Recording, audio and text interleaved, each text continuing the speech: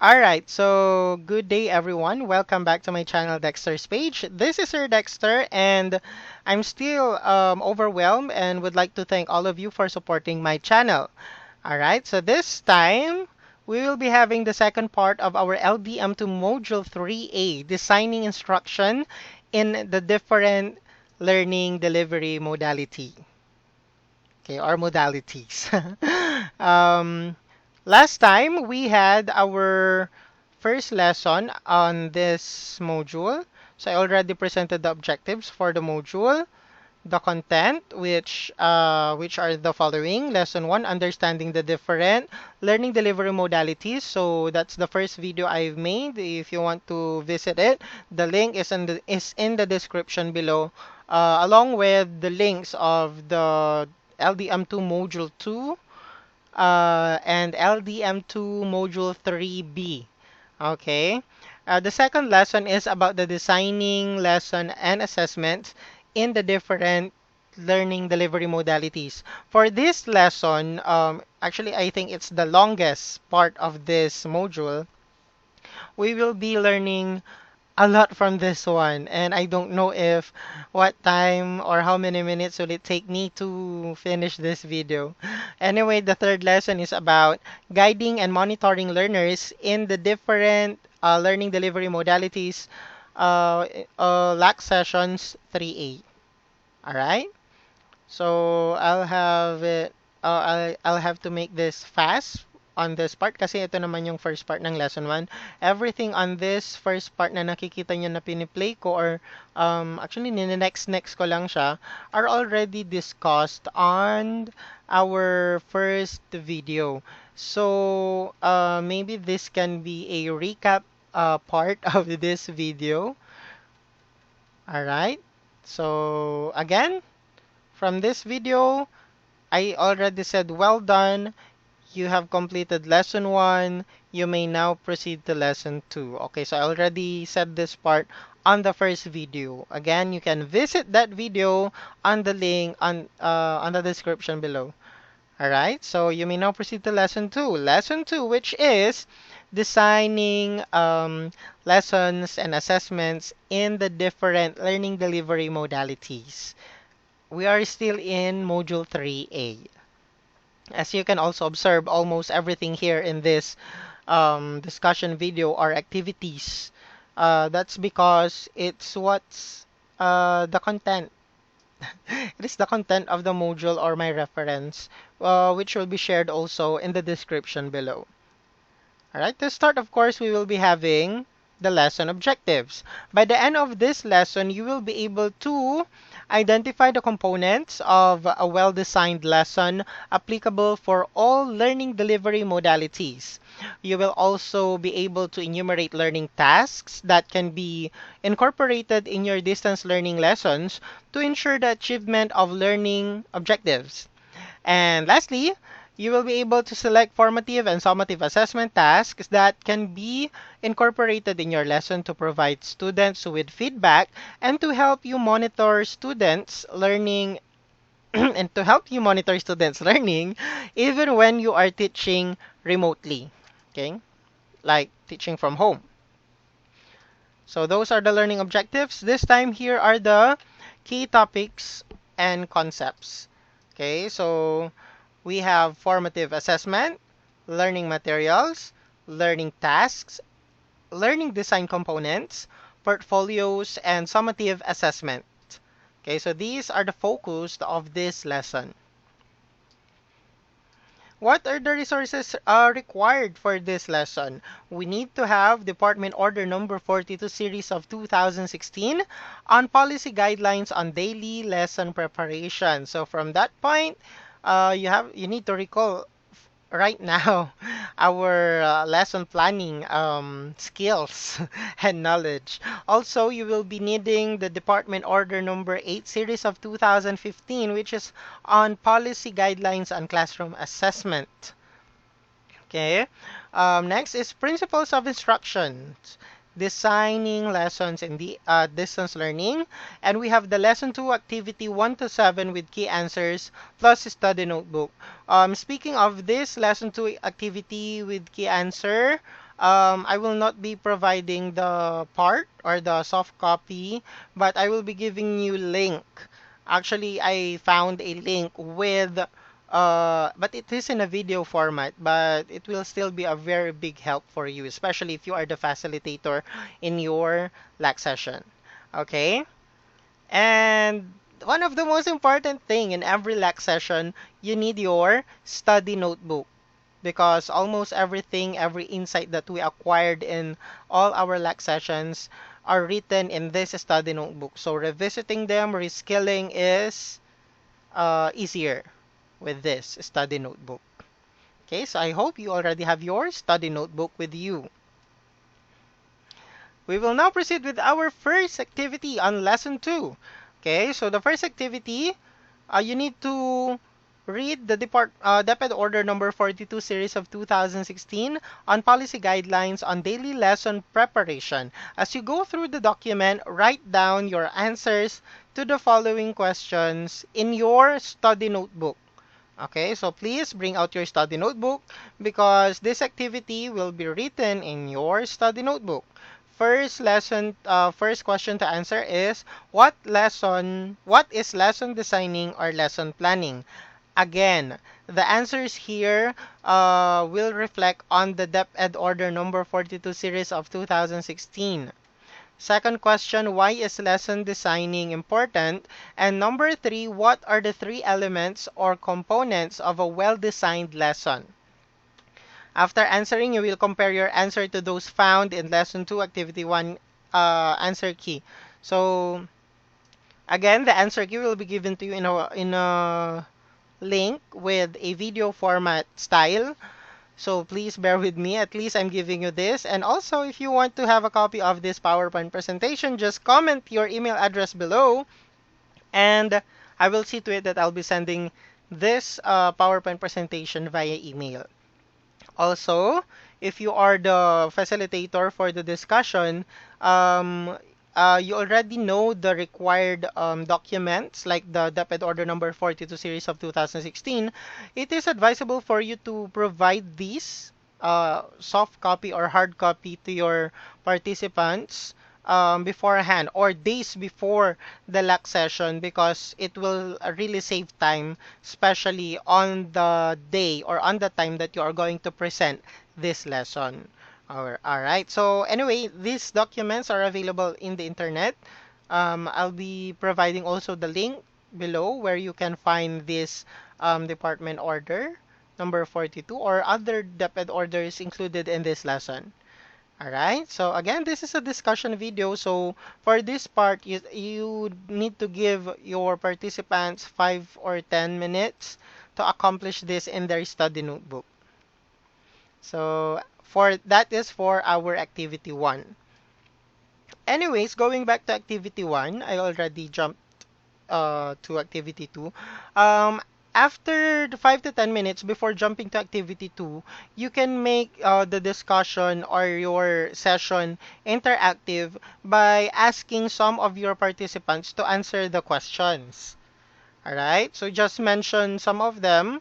And if you are using a virtual conference application or platforms, maybe it is also better to message them before mentioning them, like giving them some push or a hint that they will be mentioned so they can share their answers. Kasi, you know, it is a bit, how can I say this one?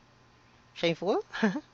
If you will be mentioned and then suddenly you haven't prepared yourself to give or share your answer in a nice way. Okay, so as a facilitator, maybe you can just give them some hint or signal that for this activity, you will be answering or you will be sharing your answer in activity 1. Okay, so please help me as the facilitator. Asking help there's no wrong in asking help. Alright, we will now be having activity 2. In your study notebook, copy the following table. Anyway, this is very simple and short table. So, it is about before the lesson, lesson proper, and after the lesson. So, these are the activities or tasks being done before, during, and after a lesson. Okay, so maybe 2 minutes will do in copying the table. Okay, again, the first column is or are activities done before the lesson.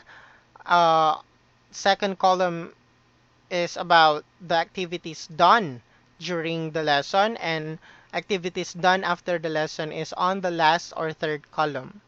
All right, I hope everyone already copied this in their study notebook. So for that one, refer to the list of the learning tasks below and identify which section of the lesson these learning activities can be presented by placing each task under the appropriate column. Alright, so you will not be thinking alone with your own ideas, with your own experience on what to put in the columns because it will be provided. So here are the list, or here is the list of the learning tasks that you can put on the table. Okay, wrap up activities. Number 2, we have review previous lesson. Number 3, clarify concepts from previous lessons. Number 4, state lesson objectives as a guide for learners. Number 5, provide learners with feedback. Number 6, present connection between the old and new lesson to establish purpose for new lesson. Number 7, emphasize key information and concepts discussed. Number 8, assess whether lesson has been mastered. Okay? So these are sample learning tasks, and you just place them on the appropriate column where they belong. We still have another 8. So here are the other 8. Check for learners' understanding.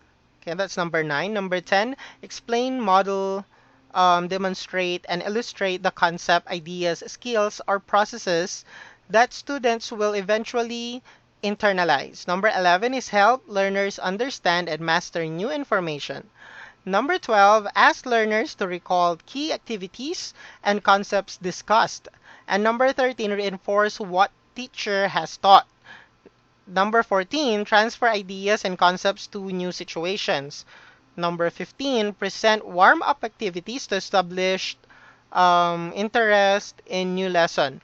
Number 16, check learners' prior knowledge about the new lesson. So you just need to copy the following learning tasks to the table. Okay? If you are using soft copy of your um, study notebook, because some of the teachers joining a LAC session prefer to use a soft software. Yeah, because there are software that acts like a notebook, like the OneNote of Microsoft, right? You can just copy these in your study notebook, okay, in the appropriate column. All right, so that's activity 2. Now we will be having activity 3. In your study notebook, copy the components of the daily lesson log or DLL or detailed lesson plan or DLP listed below, then highlight which parts is or are accomplished after, okay? After the lesson is delivered. Don't worry, the components are provided. Okay, so we have objectives, content, learning materials and resources, procedures, remarks, and reflections. So you just choose which among these components um, are done or accomplished after the lesson is delivered. And that is that's it for activity 3. All right, but of course, as the facilitator of the LAC session, make your discussion more interactive by asking some participants share their answer, and if they can explain a bit or give a bit explanation about their answer, it can also be good. All right, you can also monitor your participants' attentiveness on this. All right, so now we will be having activity 4. So in your study notebook, again, study notebook, always remember to bring your study notebook every session. Recreate and accomplish the following table. Then choose one lesson from a self-learning module or SLM for students that you have on hand. Okay, as the facilitator, it is better for you to give the required resources to your participants ahead of time so that, for example, this one, self-learning module, if they don't know, then they should search on a self-learning modules on the spot, and sometimes it will take time. So if it will take time, it will also waste time. All right, so as much as possible before doing activity 4, they already have their self-learning modules on hand. Okay, imagine, okay, let me continue. Imagine that you will deliver the lesson to the learners through distance learning. Okay, maybe it is in a form of synchronous online distance learning. In the second column, identify which of these tasks are already present in the self-learning module. In the third column, identify which has to be presented via technology-mediated resources, supplementary learning materials, or other means. All right, so before I give you the table, because you will understand the instructions, this instruction better if you will see the table, please have this in your study notebook. The learning delivery modality, you need to select one. Is it online delivery? Sorry, online distance learning, modular distance learning, TV or radio-based instructions, or blended learning. You just need to select one. Okay, what kind of distance learning are you going to use, especially for the self-learning module? Okay, grade level and learning area, lesson topic, learning objectives, and the learning resources or materials needed. Okay, so the table is in the next slide. Okay, so this is the table, part of the lesson or learning task. So before the lesson, during the lesson, and after the lesson, learning tasks are presented. Now you just have to check if it is already present.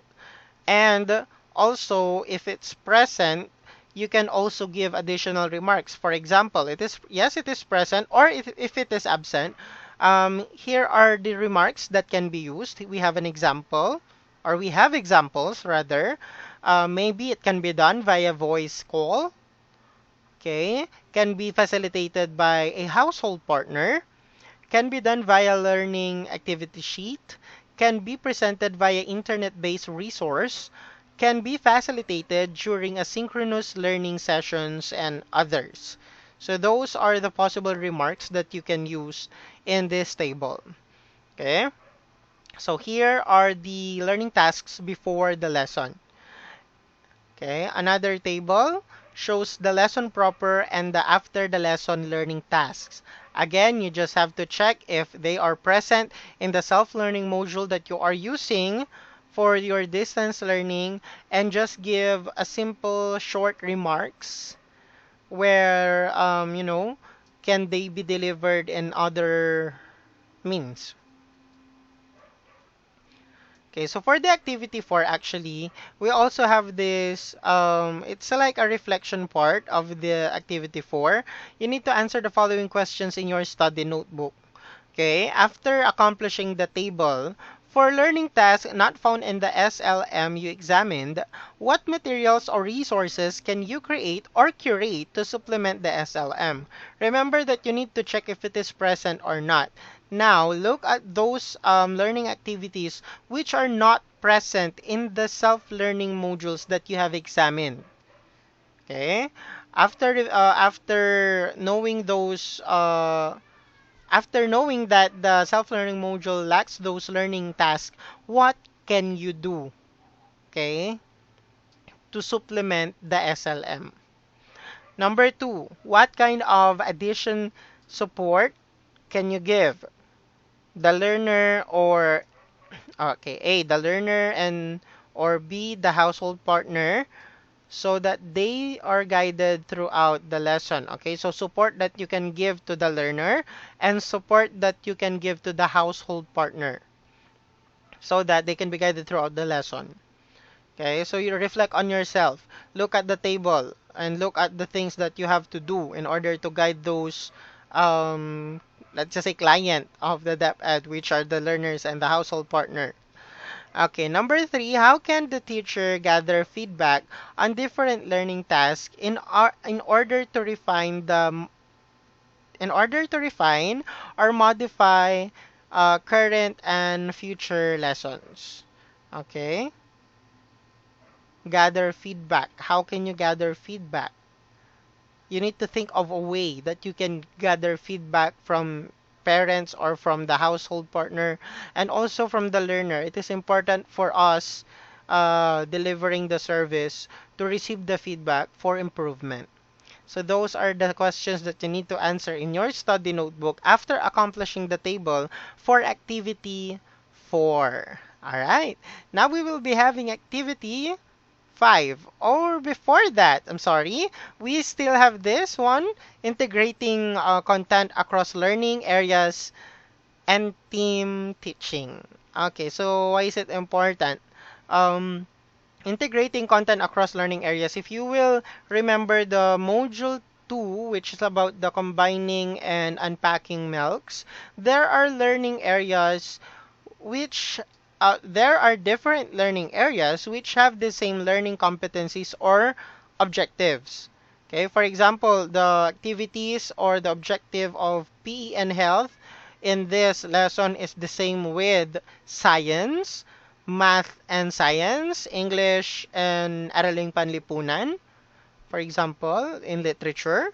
If they have the same, then you can have this integrating content across learning area or team teaching. Okay, you need to team up with the teacher teaching the other subjects. For example, I'm teaching PE and of course I have my co-teacher teaching science. Then we can team up in order to save time.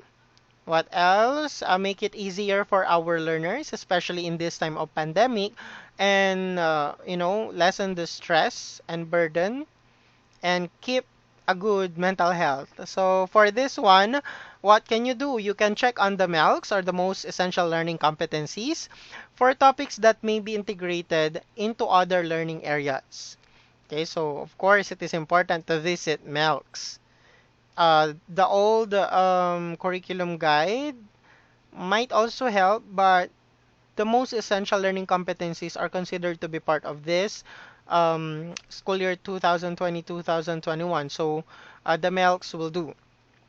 You can team up to integrate lessons across learning areas. Integration of content across learning areas maximizes time and helps learners make connections for better understanding. All right. You can use content topics as themes, motivation, springboards, or initial topics for the lessons across subjects. You can also try merging selected learning area performance tasks. Okay, actually, we're doing this in our school, especially if it's, we don't have enough time to give the students. If you are going to dance in this subject and you are also going to dance in another subject, for example, in arts and in PE in senior high school, arts and PE are two separate subjects. If you are going to dance in arts, if you are going to dance in PE, why not dance at once and you will be graded with different rubrics from different teachers. Okay, you can do that. Scoring per after doing the same activity, you need to create separate rubrics for scoring per learning area. This can make it easier for you to check on students' work and saves time for you and your learners. Okay, that's what I'm talking about when it comes to integrating content across learning areas or team teaching. Now, we are ready for activity number 5. So in activity number 5, we just have to compare, okay, and contrast according to them. So with this time, we are going to use a Venn diagram. Okay, for the Venn diagram, we just have to compare formative and summative assessment. We have here an example of Venn diagram with answer, but I want you to, of course, have your own answer We have two circles here. First circle about formative, second is about summative, and of course their intersection are the similarities that they have. Take note of the similarities and differences between the two. Write your answers in a Venn diagram in your study notebook. Okay, you can follow the example given here. Alright, so maybe you will be given time to finish this or give you this as an assignment after the session. We can now go to the next slide, which is about activity number 6. Which assessment method can you put in distance learning considering the content area that you are teaching? In your study notebook, again, use your study notebook to recreate the following table and list 5 methods that you would like to try. For each one, write how you plan to use it in distance learning. So we have our example here. For example, you want to give a short quiz. How can you give short quiz in distance learning? So here is an example. I will send a 3-item quiz via text before the lesson. Based on the responses, I will take note of the common misconceptions and clarify them to the learners during our online session or via text message. Okay, now it's your turn to give, okay, 5. Okay, 5 assessment method and how will you do it in distance learning. That is the activity for activity 6. Oh,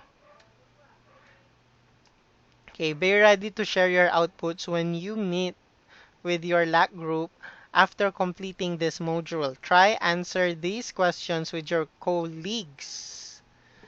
Alright, what assessment method are common among the group? Okay, so if you have shared your answers to your colleagues already, then you will know what is the common method being used among the group. Next is what are the challenges in doing the assessment in distance learning? Oh my God, honesty really is one of this, I believe. But what else? Number 3, despite the challenges, what opportunities can you and your colleagues explore to make assessment doable in distance learning? All right. So this is like a collaborative task because you have to share it first before you can answer this. Also, take this opportunity as the facilitator and the session to make it interactive once again by asking the members to share their answers. All right. Now we're down to the last activity for lesson 2, activity number 7. After reading the references, answer the following quiz to check your understanding about using portfolio to assess the learner. So what is the reference or what are the references? Sample learning outputs obtained from different assessment methods may be collected to build a learner's portfolio. Read the guidelines on the preparation of portfolio or portfolio, electronic portfolio, to find out how to construct and use it. Okay? So after reading that, okay, we have this table. You just answer or you just check if it's true or false. Okay, let me read the questions to you while you answer. Number 1, a portfolio mainly display the academic achievement of the learner. Is it true or false? Okay, you can also mention some of your members to answer and explain. Okay, just remember that you have a reference for this. So if there is truly understanding, this will not be a problem anymore. Number 2, testimonies of parents or guardians and learning facilitators regarding the learner's progress may be included in a portfolio. True or false? Number 3, there is a fixed list of items that should be included in a portfolio. True or false? The teacher can only comment on a learner's portfolio. True or false? First, for asynchronous learning, teachers allow learners to work on their outputs during their own time. The latter will submit the portfolio within the schedule that the teacher set. True or false? The learners may submit store, and manage their portfolio via file sharing program, or they may submit the actual soft copies of their work saved on a CD, DVD, USB flash drive. True or false? And lastly, number 7, portfolios of distance learning learners with outputs in hard copies or physical forms may be handed over to the teacher by the parent or the learning facilitator. True or false? You just have to check. Okay, the table is already provided. All right, so that's it for lesson 2.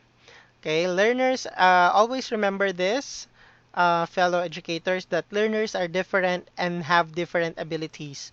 For some topics, you can give students some options or alternative on how they will be assessed. Just make sure that these would show how much they have learned. With that, well done! You have completed lesson 2. You may now proceed to lesson 3.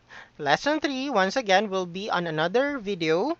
And if you like this video, do not forget to hit the thumbs up below. You can also share it if you find it useful in your social media accounts like Facebook. The share option or button is also below. And you can log in with your Google account or Gmail in YouTube. If you can see the sign in button on the upper right part of youtube.com.